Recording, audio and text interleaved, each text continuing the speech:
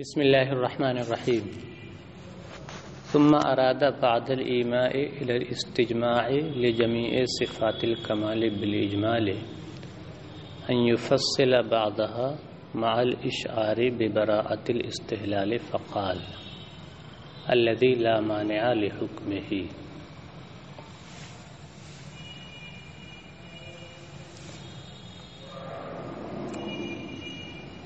مجلس برکات کا نسخہ ہے مناظرہ رشیدیہ، صفحہ نمبر 20 ہے. ماتن علیہ الرحمہ نے کہا تھا الحمدللہ، ساری حمد و ثنا اللہ کے لیے ہے. پھر یہ بتایا کہ اللہ علم ہے اس ذات واجب الوجود کا جو تمام صفات کمالیہ کی جامع ہے. تو ماتن علیہ الرحمہ نے اللہ علم کا لفظ ذکر کر کے یہ اشارہ کر دیا کہ ہم جس ذات کی حمد و ثنا کر رہے ہیں وہ تمام صفات کمالیہ کی جامع ہے. اب اولاً تو اشارہ کر دیا کہ وہ ذات تمام صفات کمالیہ کی جامع ہے، تو اس طرح سے اجمالاً ماتن علیہ الرحمہ نے صفات کمالیہ کا بیان کیا. اب اس ذات واجب الوجود کی صفات کمالیہ میں سے کچھ کا تفصیل وار وہ ذکر کر رہے ہیں. چنانچہ کلمہ جلالت کی صفت ہے الذی لا مانع لحکمہ، الحمدللہ الذی لا مانع لحکمہ. تو الذی لا مانع لحکمہ یہ صفت کس کی ہے؟ اللہ کلمہ جلالت کی. تو یہ ایک اس کی صفت ہے. پھر دوسری صفت ہے ولا ناقض لقضائہ وقدرہ. دو صفتیں یہاں ذکر کی ہے نا. تو اسی کے بارے میں کہتے ہیں ثم اراد بعد الایماء الى الاستجماع لجميع صفات الکمال بالاجمال ان يفصل بعضها. پھر ماتن علیہ الرحمہ نے تمام صفات کمالیہ کے جامع ہونے کی طرف اشارہ کرنے کے بعد، اشارہ کیسے کیا ہے؟ بالاجمال، اجمالاً اشارہ کرنے کے بعد کہ اللہ کیا ہے؟ تمام صفات کمالیہ کی جامع. پھر ماتن علیہ الرحمہ نے اللہ رب العزت کے تمام صفات کمالیہ کے جامع ہونے کی طرف اجمالاً اشارہ کرنے کے بعد یہ ارادہ فرمایا ان یفصل بعضها کہ بعض صفات کمالیہ کا تفصیل وار ذکر فرمائیں مع الاشعار ببراءۃ الاستحلال، براءت استحلال کا احساس دلاتے ہوئے. آپ کہیں گے کہ براءت استحلال کیا چیز ہے؟ براءت استحلال اسے کہتے ہیں کہ کوئی مصنف اپنی کتاب کے آغاز میں، اپنی کتاب کے خطبے میں ایسے الفاظ ذکر کرے جو الفاظ مقصود کے مناسب ہوں. مصنف اپنی کتاب میں جو مقاصد بیان کر رہا ہے، کتاب کے شروع میں ایسے الفاظ ذکر کر دے جو ان مقاصد کے مناسب ہوں، ان مقاصد کا پتہ دے رہے ہوں، تو یہ ہے براءت استحلال. یہ فن مناظرہ ہے. اس میں مناظرہ کی گفتگو آئے گی، پھر منع کی گفتگو آئے گی، پھر نقض کی گفتگو آئے گی، معارضہ کی گفتگو آئے گی. تو یہاں خطبے میں ماتن ایسے الفاظ لا رہے ہیں جو انہی اصطلاحات کا پتہ دے رہے ہیں. اس لیے یہ کیا ہے؟ براءت استحلال ہے. کیونکہ کہا الذی لا مانع لحکمہ، مانع یہ کس سے ہے؟ منع سے. اور منع یہ فن مناظرہ کی ایک اصطلاح ہے. آگے کہا ہے لا ناقضہ، ناقضہ یہ کس سے ہے؟ نقض سے. اور نقض بھی فن مناظرہ کی ایک اصطلاح ہے. اور آگے کہیں گے سند کا لفظ آئے گا، یہ سند بھی کیا ہے؟ فن مناظرہ کی ایک اصطلاح ہے. آگے معارضین کا لفظ آ رہا ہے، جو معارضین بنا ہے معارضہ سے، اور معارضہ بھی فن مناظرہ کی ایک اصطلاح ہے۔ تو مصنف صفات کمالیہ کی طرف اجمالاً اشارہ کرنے کے بعد کچھ صفات کمالیہ کا تفصیل وار تذکرہ کر رہے ہیں، لیکن براءت استحلال کا احساس دلاتے ہوئے، براءت استحلال کا پتہ دیتے ہوئے۔ ٹھیک ہے حضرت صاحب، یہ کہہ رہے ہیں تو وہی ہے مال اشعار بے براءت الاستحلال، براءت استحلال کا پتہ دیتے ہوئے، براءت استحلال کا احساس دلاتے ہوئے۔ فقال، چنانچہ ماتن علیہ الرحمٰ نے فرمایا الذی لا مانع لحکمہ، ساری حمد و ثنا ہے اللہ کے لیے، الذی لا مانع لہ، جس کے حکم کا کوئی روکنے والا نہیں ہے۔ تو مانع یہ منع سے ہے، جس کا معنی ہے روکنا۔ تو اب یہاں مانع منع سے ہے، اور منع سے کون سا معنی مراد ہے؟ لغوی معنی مراد ہے یا فن مناظرہ کا اصطلاحی معنی مراد ہے؟ منع سے کریں دونوں ہو سکتا ہے۔ اگر لغوی معنی مراد ہو تو منع کا معنی ہوتا ہے روکنا، تو معنی ہوگا اس کا ساری حمد و ثنا ہے اللہ کے لیے جس کے حکم کا کوئی روکنے والا نہیں ہے۔ اور اگر منع سے اصطلاحی معنی مراد ہو تو اصطلاحی معنی منع کا فن مناظرہ میں یہ ہے کہ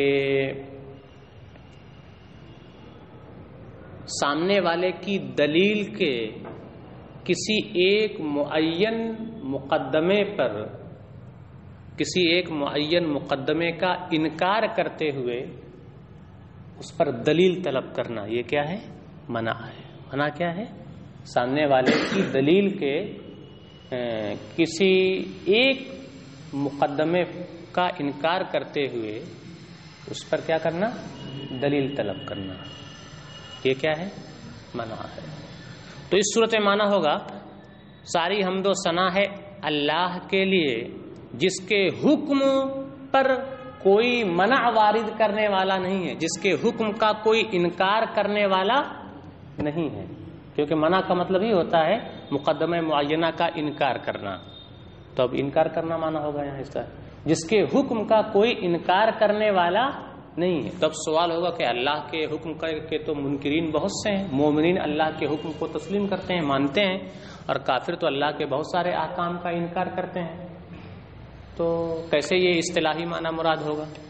تو جواب دیتے ہیں کہ اصطلاحی معنی اس اعتبار سے مراد ہوگا کہ جو لوگ اللہ کے احکام کا انکار کرتے ہیں وہ غلط انکار کرتے ہیں اور سوچے سمجھے بغیر ہی کیا کرتے ہیں؟ انکار کرتے ہیں۔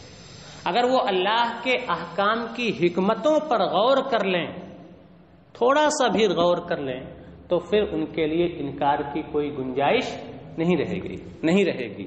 تو سوچے سمجھے بغیر ان کا انکار کرنا گویا انکار نہ کرنا ہے، تو ان کے انکار کی کوئی حیثیت نہیں ہے۔ اس لیے یہ بات صحیح ہوگی کہ اللہ کے حکم کا کوئی انکار کرنے والا نہیں ہے۔ اگر غور و فکر کر لے تو پھر کوئی انکار نہیں کرے گا۔ اسی کے بارے میں کہتے ہیں مریدن بالمنع معناہ اللغوی، مریدن میں ہوا ضمیر پوشیدہ فاعل ہے، مرجع ہے ماتن علیہ الرحمہ ہے۔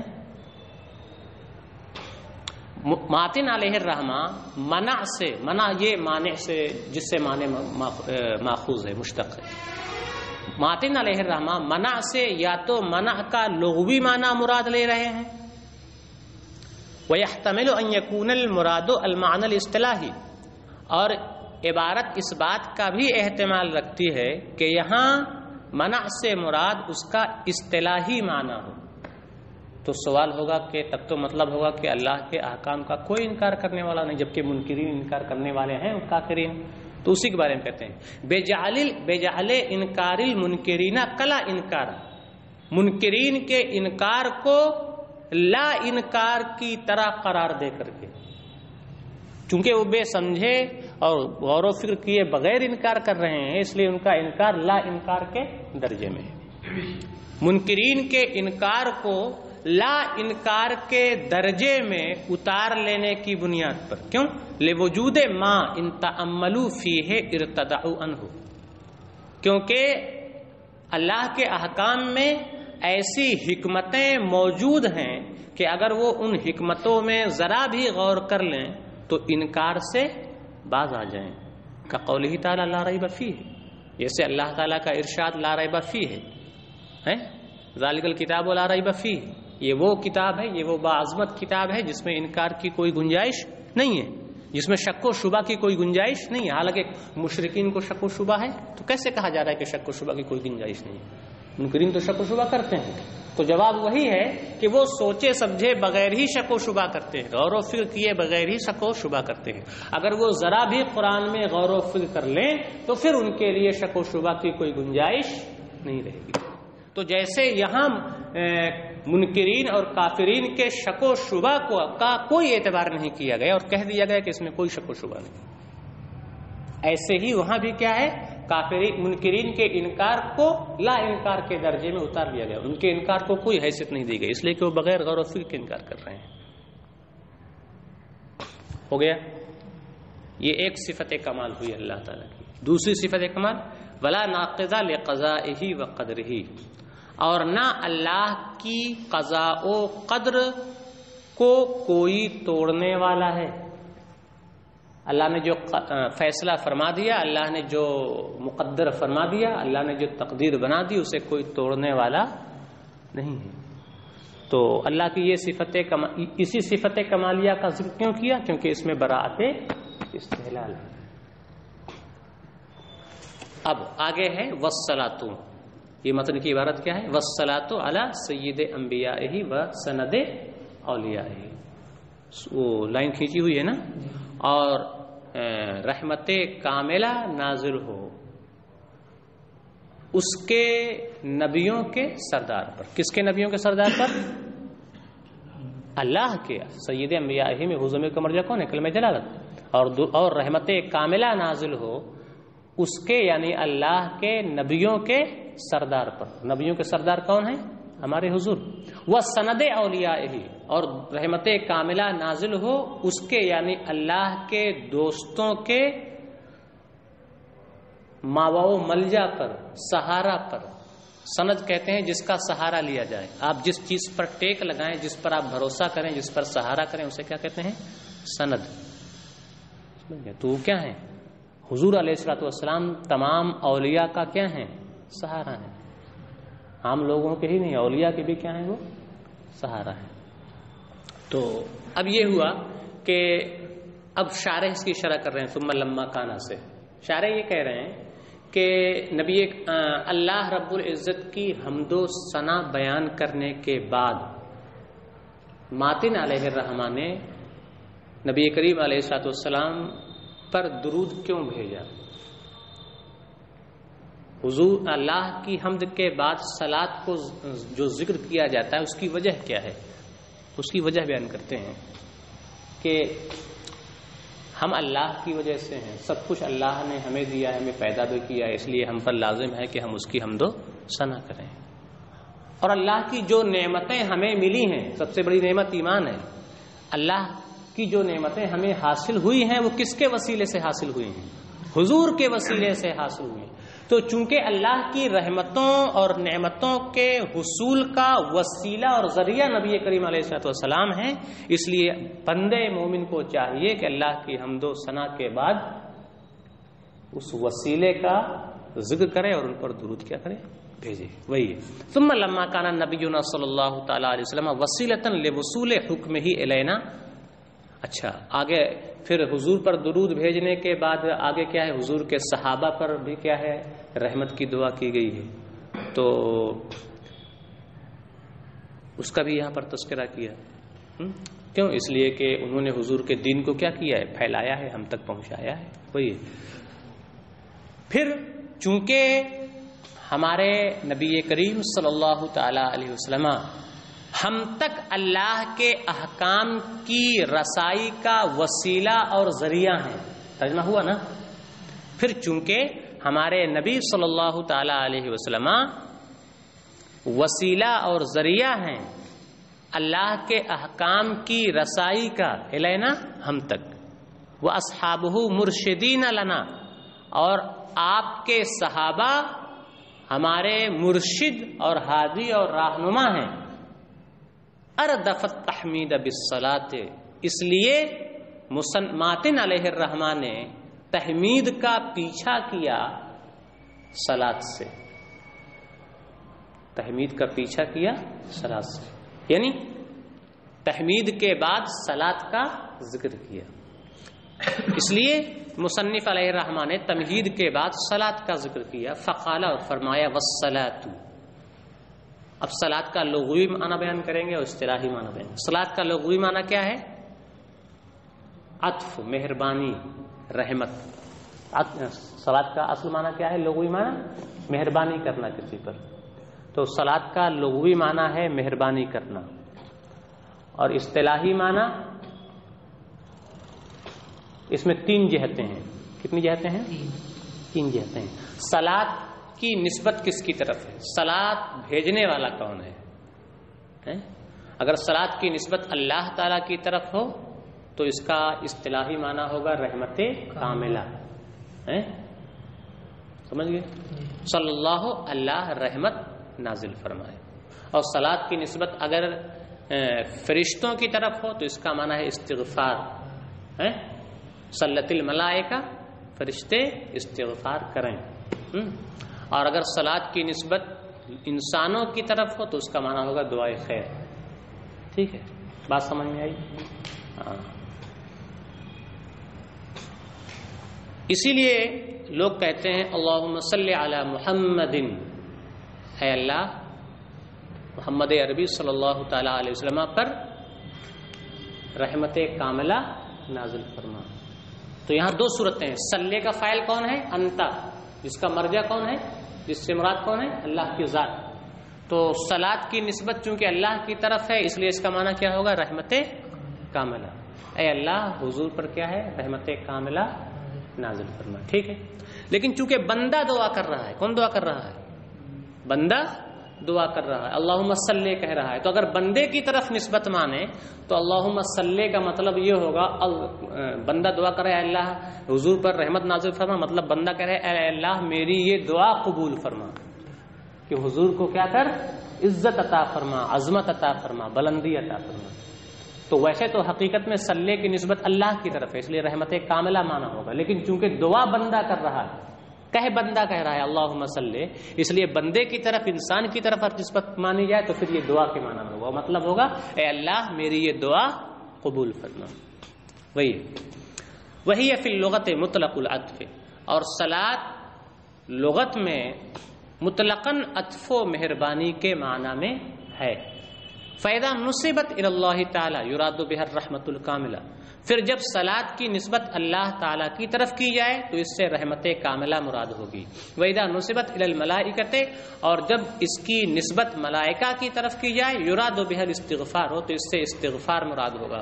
وَإِذَا نُسِبَتْ إِلَى الْمُؤْمِنِينَ. اور جب اس کی نسبت مومنین کی طرف کی جائے يُرَادُ بِهَا الدُّعَاءُ تو اس سے دعائے خیر کا معنی مراد ہوگا. فَمَعْنَى قَوْلِهِمْ. اسی لیے لوگوں کے اس قول اللہم صلی علی محمد کا معنی یہ ہے اللہم عظمہ فی الدنیا، اے اللہ حضور کو دنیا میں عزت و تکریم عطا فرما. صلی علی محمد کا معنی کیا ہوگا؟ اللہم عظم نبینا، اے اللہ ہمارے نبی کو کیا ہے؟ عزت و تکریم عطا فرما. فی الدنیا باعلاء ذکرہ و ابقاء شریعتہ. دنیا میں ان کے ذکر کو بلندی عطا کر کے اور ان کی شریعت کو دیرپا کر کے. وفی الآخرت. اور آخرت میں بھی ان کی عزت و تکریم فرما. بتشفیعہ فی الامت. امت کے حق میں ان کی شفاعت کو قبول فرما کر کے. وتضعیف اجر عملہ. اور ان کے عمل کے اجر کو دوگنا کر کے. ٹھیک ہے حضرت، ہو گیا نا؟ یہ آگے بڑھیں. علی سید انبیائہ. اور رحمت کاملہ نازل ہو اللہ کے نبیوں کے سردار پر. اور اللہ کے نبیوں کے سردار کون ہیں؟ کریں وہ نبینا صلی اللہ تعالی علیہ وسلم. اور انبیاء کے سردار ہمارے نبی صلی اللہ تعالی علیہ وسلم ہیں. کیسے معلوم ہوا کہ سردار ہیں؟ کما ورد فی الخبر انا سید ولد آدم ولا فخر. جیسا کہ حدیث میں وارد ہے کہ سرکار نے فرمایا ہے میں اولاد آدم کا سردار ہوں. اور اولاد آدم میں انبیاء بھی داخل ہیں. میں اولاد آدم کا سردار ہوں ولا فخرا. اور میں یہ بات فخر سے نہیں کہتا. اچھا، اب نبی کا اصطلاحی معنی بیان کر رہے ہیں کہ نبی کسے کہتے ہیں. والنبی ہوا انسان، نبی کا لفظی معنی کیا ہے؟ خبر دینے والا. نبأ سے کیا دینے والا؟ خبر دینے والا. والنبی ہوا انسان مبعوث من اللہ تعالی الی الخلق لتبلیغ احکامہ، اور نبی وہ انسان ہے، اور انسان یہاں مرد کے ساتھ خاص ہے اس لیے کہ عورتیں نبی نہیں ہو سکتی ہیں. اور نبی وہ انسان ہے جو اللہ تعالی کی طرف سے مخلوق کی طرف مبعوث ہوا ہو اللہ کے احکام کی تبلیغ کے لیے. ٹھیک ہے. اب اس میں دو صورتیں ہیں. فَإِنْ كَانَ ذَا كِتَابٍ وَشَرِيعَةٍ مُتَجَدِّدَةٍ يُسَمَّى رَسُولًا، پھر اگر وہ کسی کتاب اور نئی شریعت لے کر کے آیا ہو یسمى رسولاً تو اسے رسول کہا جائے گا، اور اگر ایسا نہ ہو تو پھر وہ صرف نبی ہیں. ٹھیک ہے. اچھا، تو اب ایک اعتراض ایک شبہ ہو سکتا ہے کہ درود بھیجا گیا کس پر؟ اللہ کے نبیوں کے سردار پر. تو کوئی یہ کہے کہ یہاں یہ کہا گیا ہے کہ نبیوں کے سردار پر درود رحمت کاملہ نازل. اس سے معلوم ہوتا ہے کہ اللہ کے رسول صرف نبیوں کے سردار ہیں، رسولوں کے نہیں ہیں. تو اس کا جواب دیا کہ یہاں انبیاء کی اضافت کس کی طرف ہے؟ اللہ کی طرف ہے، اور یہ اضافت استغراق کا فائدہ دیتا ہے. کس کا فائدہ دیتا ہے؟ اللہ کے نبی، اللہ کے نبیوں کے سردار پر. تو اللہ کا جو بھی نبی ہوگا اس ہر ایک نبی کا حضور کیا ہوں گے؟ سردار ہوں گے. اور رسول بھی کیا ہیں؟ نبی ہیں، کیونکہ کہا کیا گیا؟ اللہ کے نبیوں کے سردار پر. تو جو رسول ہیں وہ بھی تو اللہ کے نبی ہیں. تو استغراق کا فائدہ دے رہا ہے اضافت، اضافت استغراق کا فائدہ دے رہی ہے. ٹھیک ہے. اس لیے یہاں رسول بھی کیا ہوں گے؟ داخل ہوں گے. وہ اضافت الانبیاء للاستغراق کے، اور انبیاء کی اللہ کی طرف اضافت استغراق کے لیے. فیتناول الرسل ایضا، لہذا لفظ انبیاء یہ رسولوں کو بھی شامل ہوگا. اب ایک اعتراض، ایک شبہ یہ بھی ہو سکتا ہے کہ اللہ، آپ نے یہ کہا کہ یہ استغراق کے لیے ہے، تو تمام انبیاء آئیں گے تو خود حضور بھی اس میں داخل ہو جائیں گے. خود کیا ہو جائیں گے؟ حضور بھی داخل ہو جائیں گے. تو لازم آئے گا کہ خود حضور اپنے بھی سردار ہو جائیں. استغراق کے لیے تو حضور بھی اس میں داخل ہو گئے تو اپنے بھی سردار ہیں. تو کہہ رہے ہیں کہ یہ تو بلا وجہ والی بات ہے. عقل یہ فیصلہ کرتی ہے کہ یہاں کیا ہے؟ حضور خارج ہیں، کیونکہ حضور کو سردار کہا جا رہا ہے. اس کا مطلب اپنے علاوہ باقی مراد ہے کہ نہیں صاحب؟ بالکل عقل فیصلہ کر دے، بداہت عقل فیصلہ کر دیتی ہے کہ یہاں حضور کیا ہے؟ انبیاء سے اس عبارت میں کیا ہے؟ خارج ہے. تو اپنا سردار ہونا لازم نہیں آئے گا. وہی کہہ رہے ہیں. لا یقال، یہاں یہ جو لکیر کھینچی ہے یہ نہیں ہونا چاہیے، اس لیے کہ لکیر تو صرف متن پہ رہتی ہے. لا یقال نبینا علیہ السلام داخل فیہم فیلزم کونہ سیدا من نفسہ. یہ اعتراض نہ کیا جائے کہ ہمارے نبی کریم علیہ الصلوۃ والسلام بھی انبیاء میں داخل ہیں تو یہ لازم آئے گا کہ حضور خود اپنے سردار ہو جائیں. کیوں؟ لأننا نقول يحكم بداهة العقل بخروجه علیہ السلام منهم صلوات اللہ علیہم كقوله تعالی واللہ علی کل شیء قدیر. اس لیے کہ ہم کہیں گے کہ بداہت عقل یہ فیصلہ کرتی ہے کہ نبی کریم علیہ الصلوۃ والسلام انبیاء سے کیا ہیں؟ اس موقع پر خارج ہیں. كقوله تعالی واللہ علی کل شیء قدیر، جیسے اللہ تعالیٰ کا یہ ارشاد کہ اللہ ہر چیز پر قادر ہے. تب یہاں کہا گیا ہر چیز، ہر شے پر قادر ہے. تو اس کا مطلب نہیں کہ شے میں اللہ بھی داخل ہے، ورنہ لازم ہے کہ اللہ اپنے اوپر بھی قادر ہے. حالانکہ یہاں کل شے کہا گیا ہے، اس کے باوجود بداہت عقل یہ فیصلہ کرتی ہے کہ یہاں شے میں اللہ داخل نہیں ہے. وہ سند اولیاء ہی، اور اللہ کے ولیوں کے سند، سہارا اور ماوا و ملجا پر درود نازل ہو، یہ بھی حضور ہی کی کیا ہے؟ صفت ہے. سند کا لغوی معنی کیا بیان کرتے ہیں؟ السند مستندت الیہ، سند وہ چیز ہے جس کا آپ سہارا لیں. استندت الیہ جس کی طرف آپ ٹیک لگائیں، جس کی آپ پناہ لیں، جس کا آپ سہارا لیں، سند اسے کہتے ہیں. سند وہ ہے جس کا آپ سہارا لیں. اچھا، اولیاء کون ہیں اور اولیاء میں کون کون داخل ہیں؟ اولیاء، ولی کا معنی جس کا معنی ہے دوست، ولی کی جمع ہے یہ. تو اللہ کے اولیاء کون ہوتے ہیں؟ صالحین ہوتے ہیں. کون ہوتے ہیں؟ اور اس میں انبیاء اور غیر انبیاء، انبیاء بھی داخل ہیں اور غیر انبیاء جو صالحون ہیں وہ بھی داخل ہیں. سمجھئے صاحب؟ تو اس میں انبیاء بھی داخل ہوں گے. ٹھیک ہے، تو جب انبیاء داخل ہوں گے تو پھر حضور بھی داخل ہوں گے، تو پھر وہی اعتراض لازم آئے گا کہ اس میں حضور بھی داخل ہیں، تو حضور اپنی ذات کے سند ہوئے، حضور اپنی ذات کے سہارا اور معاون جو. تو یہاں بھی وہی جواب ہے کہ بداحت عقل یہ فیصلہ کرتی ہے کہ یہاں حضور کیا ہے؟ داخل نہیں. بلکہ ظاہر تو یہ ہے کہ یہاں انبیاء بھی نہیں داخل ہیں. اولیاء سے مراد کون ہیں؟ وہ اولیاء صالحین مراد ہیں جو انبیاء نہ ہوں. کیوں؟ اس لیے کہ یہاں اولیاء کو انبیاء کے مقابلے میں ذکر کیا گیا ہے. کیا کہا گیا ہے؟ علی سید انبیاء ہی و سند اولیاء ہی. تو اولیاء یہ انبیاء کے مقابلے میں ہے، اس لیے ظاہر یہ ہے کہ یہاں اولیاء میں انبیاء داخل نہیں ہے، کیونکہ انبیاء کا ذکر تو پہلے ہو چکا ہے. اسی کے بارے میں کہتے ہیں وَأَوْلِيَاؤُهُ تَعَالَى خَوَاصُهُ، اور اللہ تعالیٰ کے اولیاء اللہ کے خاص بندے ہیں. اعم من ان یکون نبیا او غیرہ، خواہ وہ خواص نبی ہوں یا غیر نبی. لیکن یخرج نبینا صلی اللہ تعالی علیہ وسلم بدلالت العقل، لیکن دلالت عقل سے ہمارے نبی کریم صلی اللہ تعالی وسلم خارج ہیں، ہے نا. والظاہر ان یکون المراد بالاولیاء ها هنا من سوى الانبیاء من العلماء والصلحاء، اور ظاہر تو یہ ہے کہ یہاں اولیاء سے مراد وہ حضرات، وہ علماء اور صلحاء ہیں جو انبیاء کے علاوہ ہیں، کیونکہ یہ انبیاء کے مقابلے میں ہے. ولا یخفی ما فی لفظ السید والسند من صنعت التجنیس. تو یہاں دو لفظ ہیں، اوپر کیا ہے؟ سید انبیاء ہی و سند اولیاء ہی. تو سید کے مقابلے میں کیا ہے؟ سند ہے، اور انبیاء کے مقابلے میں اولیاء. تو سید اور سند یہ دونوں ایک جیسے لگتے ہیں، بس کیا ہے؟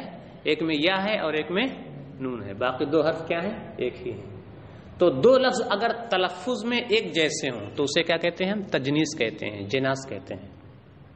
معنی الگ الگ ہو لیکن کیا ہو؟ لفظوں میں ایک جیسے ہوں تو اس کو کیا کہتے ہیں؟ تجنیس کہتے ہیں، جناس کہتے ہیں. پھر اگر پورے اعتبار سے ایک جیسے ہوں تو اسے جناس تام کہتے ہیں.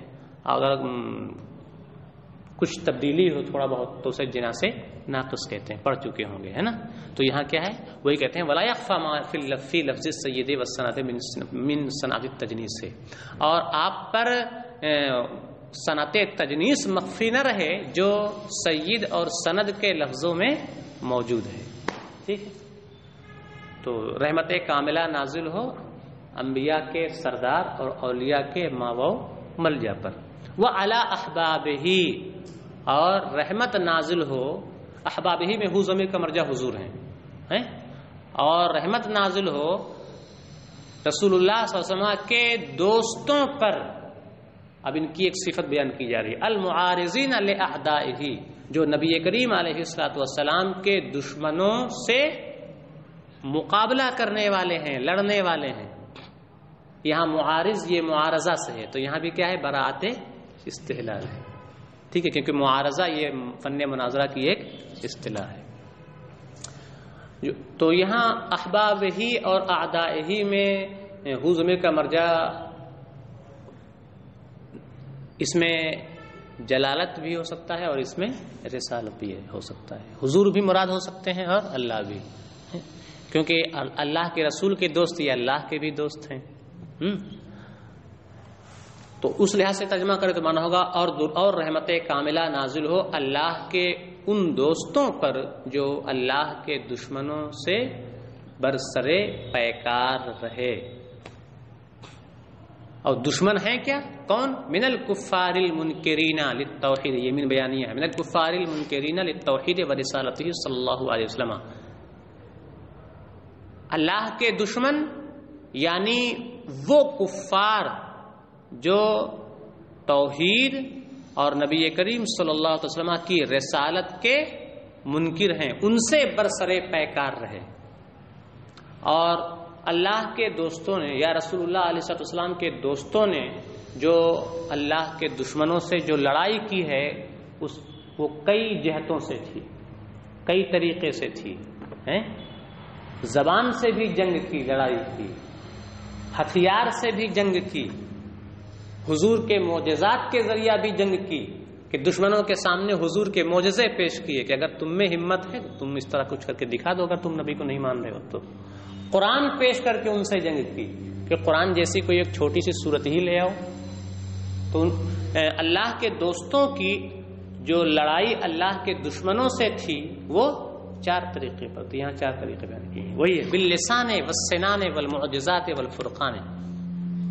اور رحمت کاملہ نازل ہو اللہ کے دوستوں پر جو اللہ کے دشمنوں سے برسرے پیکار رہے، یعنی ان کفار سے برسرے پیکار رہے جو توحید کے اور نبی کریم علیہ السلام کی رسالت کے منکر ہیں، زبان کے ذریعہ برسرے پیکار رہے، والسنان اور نیزے کے ذریعے یعنی ہتھیار، مطلق ہتھیار ہیں، اور ہتھیار کے ذریعہ برسرے پیکار رہے، والمعجزات اور معجزات کے ذریعہ، والفرقان اور قرآن کریم کے ذریعے۔ قرآن کریم کے ذریعے کیسے برسرے پیکار رہے اس کی وضاحت کر رہے ہیں، یعنی انہوں نے کہا کہ اگر تم سچے ہو اور ہم غلط ہیں تو قرآن جیسی کوئی ایک صورت لے آؤ، بحیث عجزوا عن الاتیان بمثل اکثر صورت منہ، اس طور سے کہ منکرین